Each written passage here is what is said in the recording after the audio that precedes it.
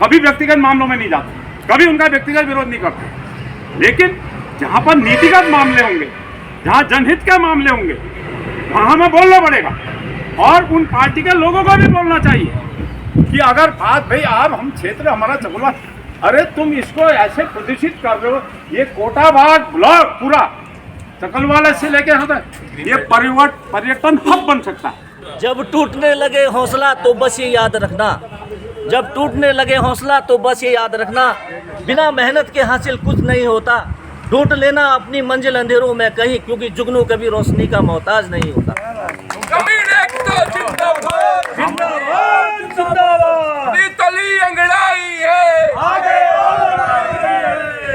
कहीं ना कहीं जो है पूंजीपति, जो रसूखदार अपना प्रभाव बनाए हुए हैं लगातार। और सबसे बड़ी बात है कि उनकी हिम्मत देखिए आप, हमारे क्षेत्र में ही आकर, हमारे गांव के अंदर आकर घुसकर हमारे सर पर आकर आज वो बैठ चुके हैं, जिससे कहीं ना कहीं यह बहुत बड़ा चिंता का विषय है हम सभी लोगों के लिए। उसने मानकों की ऐसी धज्जियां उड़ा के रखी हैं।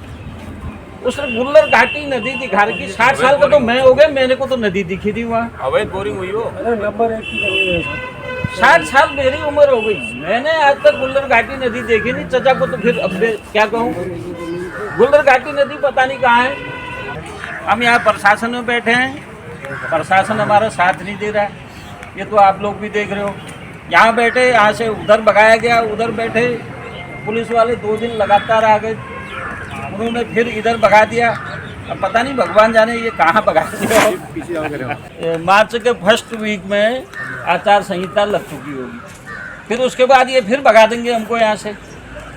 भाई आचार संहिता लग गई, मिलकर के पूरे गांव वाली जब हटानी है तो चुनाव का बहिष्कार करो, निकालो अखबार में कि कोई वोट नहीं देगा इस बार किसी भी पार्टी को।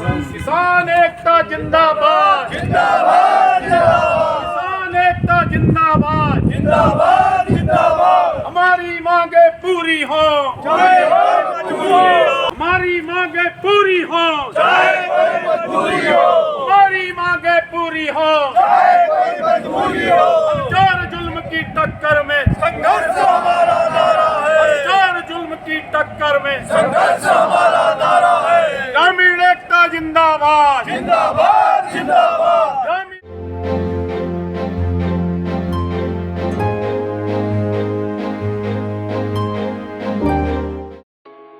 जनपद नैनीताल के कालाढूंगी में ग्रामीणों के इस धरने को कई दिन बीत चुके हैं। जी हाँ, ग्रामीणों में काफ़ी आक्रोश दिखाई दे रहा है। ग्रामीणों का गुस्सा है तहसील कालाढूंगी और विकासखंड कोटाबाग के अंतर्गत आने वाले सूरपुर चकलवा गांव में बनने वाले एथनॉल प्लांट को लेकर। ग्रामीणों का कहना है कि एथनॉल प्लांट को लेकर जो मानक हैं उसमें भारी उलटफेर किया गया है। मानकों की जांच की मांग को लेकर ग्रामीण कई दिन से धरने प्रदर्शन पर बैठे हुए हैं।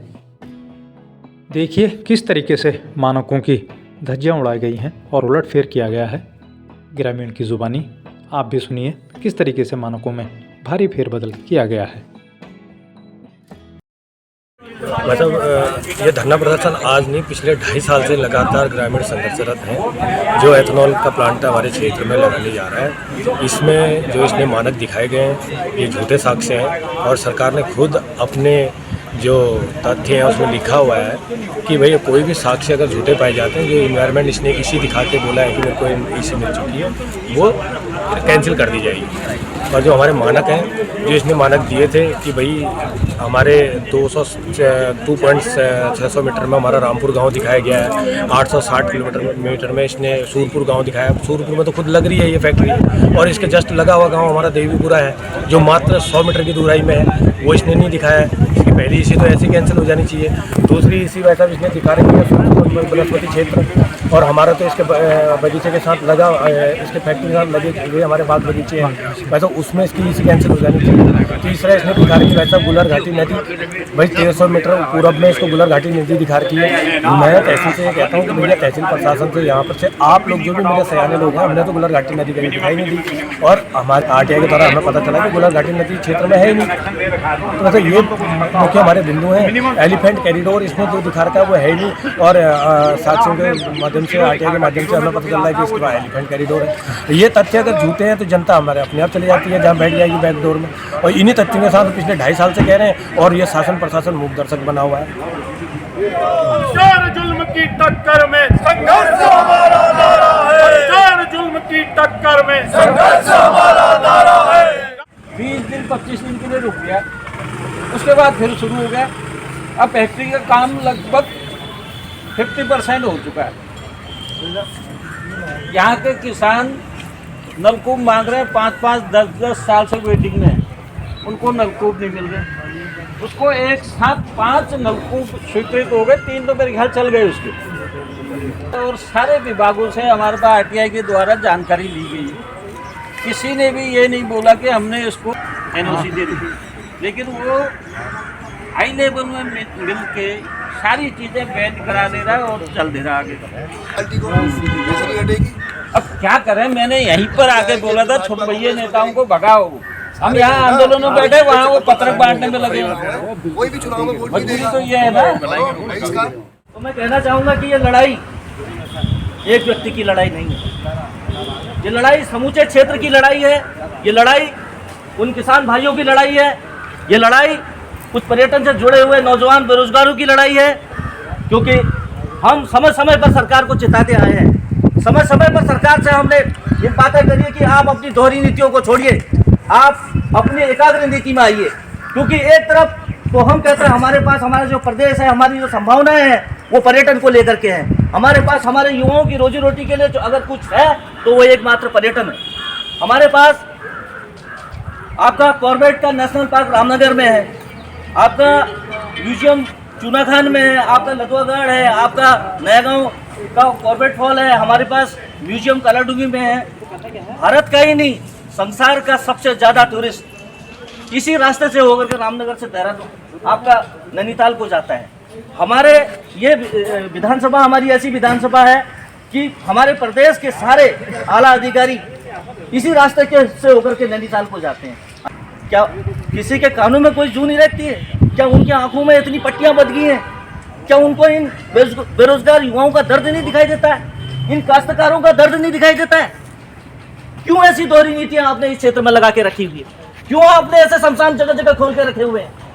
ये लड़ाइयाँ हम जब से तुमने इसको उद्योग में छोटा बाग विकास खंड को हमने कहा कि आप ये देखिए, आप कहते हैं कि पर्वतीय ब्लॉक, हमारा ये जो भूभाग है, हमारा जो ये क्षेत्र है रामनगर से लेकर के आपका हल्द्वानी तक, ये पूरी भाबर पट्टी है, पूरी काश्तकारों की पट्टी है, खेती हर जमींदारों की पट्टी है। कहाँ जाएंगे ये लोग? अगर काश्तकार खेत में अनाज नहीं उगाएगा, अन्न नहीं उगाएगा तो क्या खाएंगे हम लोग? इन इंडस्ट्रियाँ जो लगाई हैं, क्या धूल मिट्टी कण ये खाएंगे हम लोग? कहाँ जाएगा हमारे युवाओं का भविष्य? सरकार से यही मांग करते हैं। हमारी लड़ाई किसी व्यक्ति विशेष से हमारी कोई लड़ाई नहीं है, हमारी लड़ाई है नीतियों से। जो नीतियाँ इस टाइप के नॉर्म सरकार ने यहाँ पर लगाए हैं, ये अधिकारियों ने यहाँ पर उच्च अधिकारियों ने लगाए हैं, ये अपनी स्थिति को स्पष्ट करें। किसान एकता जिंदाबाद, जिंदाबाद, जिंदाबाद। हमारी मांगे पूरी करो, पूरी करो, पूरी करो। हमारी मांगे पूरी करो, पूरी करो, पूरी करो। अभी तली अंगड़ाई है, आगे और लड़ाई है। अभी तली अंगड़ाई है, आगे और लड़ाई है। ग्रामीण 1.5-2 साल से चल रहा, अभी नतीजा नहीं निकला। तो मैं उसमें हरबंस राय बच्चन की 2 लाइन कहूंगा, फिर मैं अपनी लिखी कविता भी सुनाऊंगा किसानों पे। ये मेरी नहीं है, हरबंस राय बच्चन की। डुबकियां सिंध में गोताखोर लगाता है, जा जाकर खाली हाथ लौट के आता है। डुबकियां सिंध में गोताखोर लगाता है, जा जाकर खाली हाथ लौट के आता है। मिलते नहीं सहज ही मोती गहरे पानी में, लेकिन मुट्ठी उसकी हर बार खाली नहीं होती। कोशिश करने वालों की कभी हार नहीं होती, लहरों से डर कर नौका पार नहीं होती। कोशिश करने वालों की कभी हार नहीं होती। अब सफलता और असफलता पे, असफल होने पर भी कभी जो है हमें ऊर्जा दे रहा है, पॉजिटिव विचार दे रहा है कि असफल होने पे आप निराश मत होइए। असफलता एक चुनौती है, इसे स्वीकार करो। कमी कहाँ रह गई देखो, सुधार करो। जब तक सफल ना हो जाओ नींद चैन को त्यागो, तुम संघर्ष का मैदान छोड़कर मत भागो। तुम कुछ किए बिना ही जय जयकार नहीं होती। कोशिश करने वालों की कभी हार नहीं होती। इसका विरोध करते हुए ग्रामवासियों को हो गया है, और तब भी इसमें कोई बहुत उचित कार्रवाई हमें लगती नहीं। जो भी उस फैक्ट्री का मालिक है लगातार उस पर काम कर रहा है, जनता लगातार शासन प्रशासन के पास अपनी बात रख रही है, लेकिन उस बात पे आज तक कोई सही ढंग से आज तक अमल नहीं हुआ। जो वास्तव में वहाँ की जनता जो उससे परेशान है, जो आने वाले समय में वहाँ की जनता और हमारा आने वाला जो भविष्य निश्चित रूप से उससे दूषित होगा, उस चीज़ की चिंता न शासन को है न प्रशासन को है।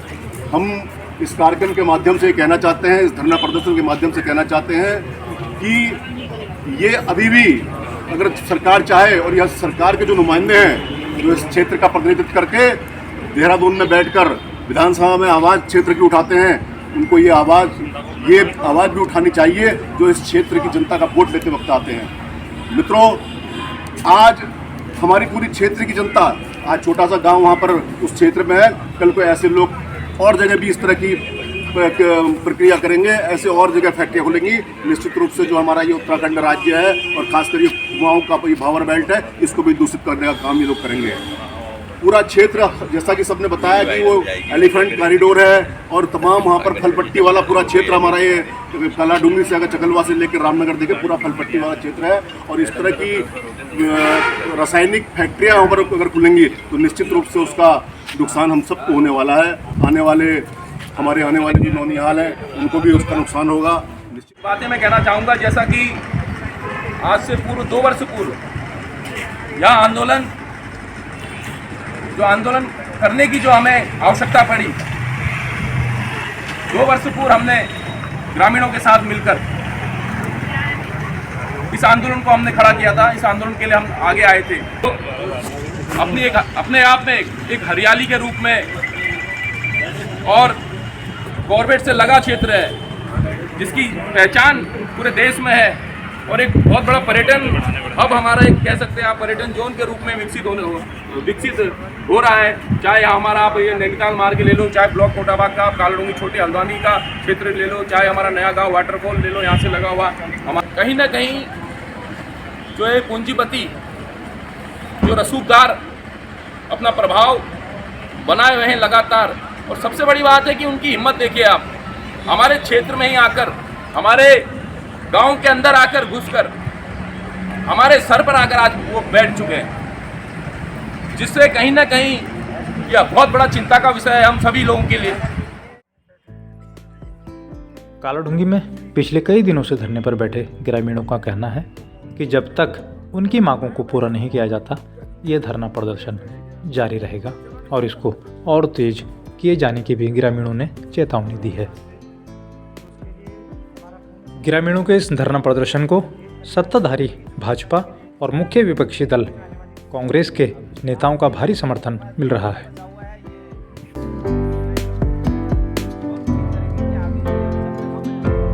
ग्रामीणों के इस धरना प्रदर्शन को सत्ताधारी भाजपा और मुख्य विपक्षी दल कांग्रेस के नेताओं का भारी समर्थन मिल रहा है।